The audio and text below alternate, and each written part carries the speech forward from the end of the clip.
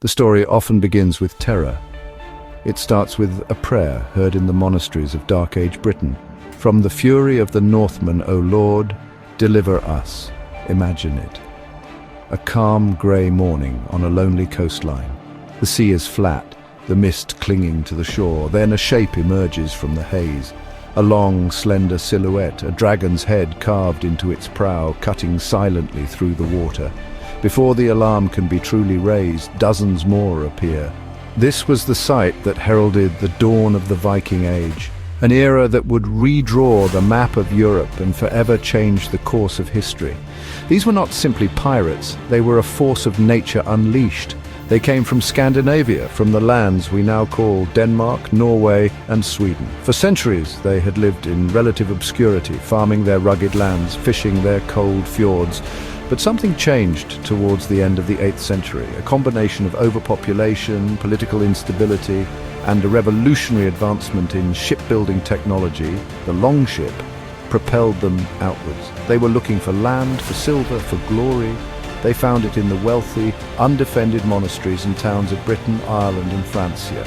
The raid on the holy island of Lindisfarne in 793 AD is the moment historians point to as the brutal, shocking start of it all. It was an act of profound sacrilege that sent a shockwave across Christendom. These early raids were defined by their shocking speed and ferocity. The Vikings were masters of the hit-and-run attack. Their shallow draft longships could navigate not just the open ocean but also shallow rivers, allowing them to strike deep inland far from the fortified coastal towns. They would appear as if from nowhere, their warriors pouring ashore with a terrifying cry, wielding broad-bladed axes and iron swords. They took what they wanted: gold, silver, precious manuscripts, and people to be sold as slaves or thralls. Then, as quickly as they arrived, they would vanish back into the sea, leaving behind only smoke, ruin, and fear. This image of the savage pagan barbarian became seared into the European consciousness. But this is only one part of their story, the first violent chapter in a much longer, more complex saga. To see the Vikings only as raiders is to miss the truth of who they were. Behind the terrifying mask of the warrior was a society of incredible dynamism and ambition. They were not just destroyers, they were builders, creators, and pioneers. Their fury was matched by their ingenuity, their courage matched by their curiosity. To understand them, we must look past the flames of the burning monasteries and follow their ships, not just on raids, but on epic voyages of trade, exploration, and settlement that would take them to the edges of the known world and beyond. The age of the Viking was an age of terror, yes, but it was also an age of unparalleled adventure. While the axe is the most famous symbol of the Viking, perhaps the scales should be just as iconic. The same men who might raid a village one season could be found peacefully trading in a bustling market the next. The Vikings were pragmatists and opportunists, understanding that wealth could be generated not just by taking it, but by making it. They were the ultimate merchant adventurers, connecting disparate corners of the world through a sprawling trade network. This commercial spirit led directly to settlement. Where Vikings traded, they often stayed and colonized. This transformation from raider to trader and from trader to settler reveals the true complexity of the Viking character. Their legacy is not just one of violence, but of connection, creation, and endurance.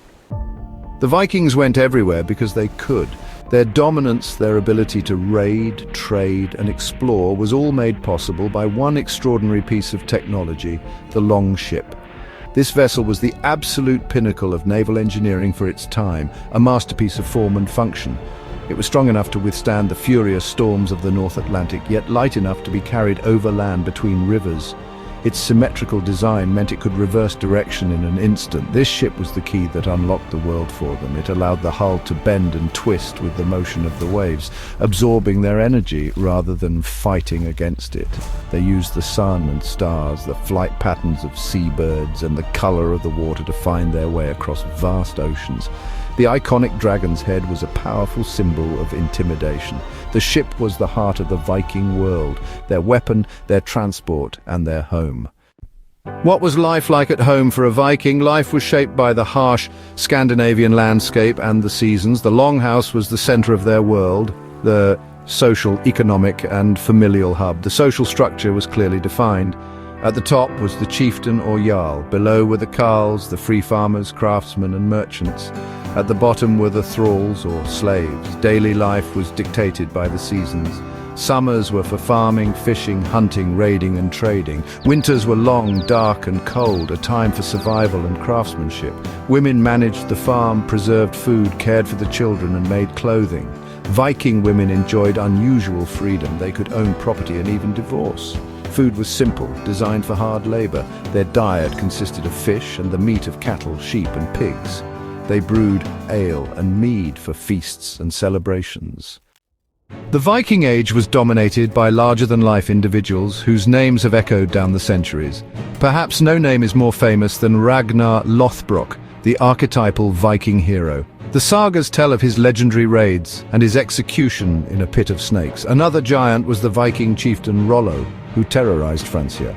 He was granted Normandy in exchange for peace and conversion to Christianity. His descendants, the Normans, retained their Viking vigor, culminating in the conquest of England in 1066.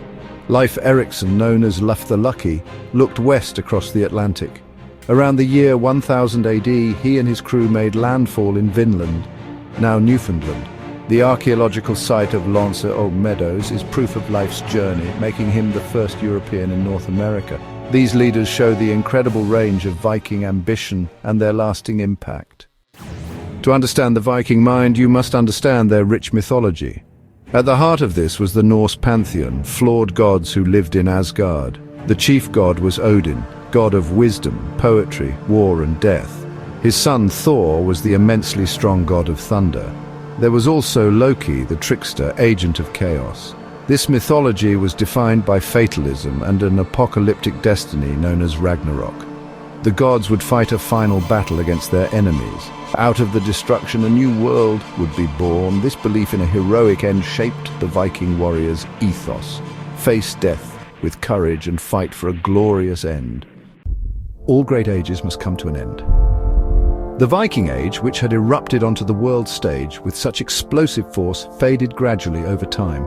The very success of the Vikings was, in a way, the cause of their decline. As they settled in new lands like England, Normandy, and Russia, they began to assimilate, adopting new languages, customs, and religion. A crucial factor was the spread of Christianity. Viking kings began to see the advantages of converting, making trade and diplomacy easier. The kingdoms of Europe were no longer the fragmented, vulnerable targets they had been. They had learned from their encounters with the Northmen, building stronger fortifications and armies. The year 1066 is often seen as a symbolic endpoint. The age of the raider was over. The age of the king had truly begun. Their DNA in culture, language, and blood was now woven permanently into the fabric of the modern world.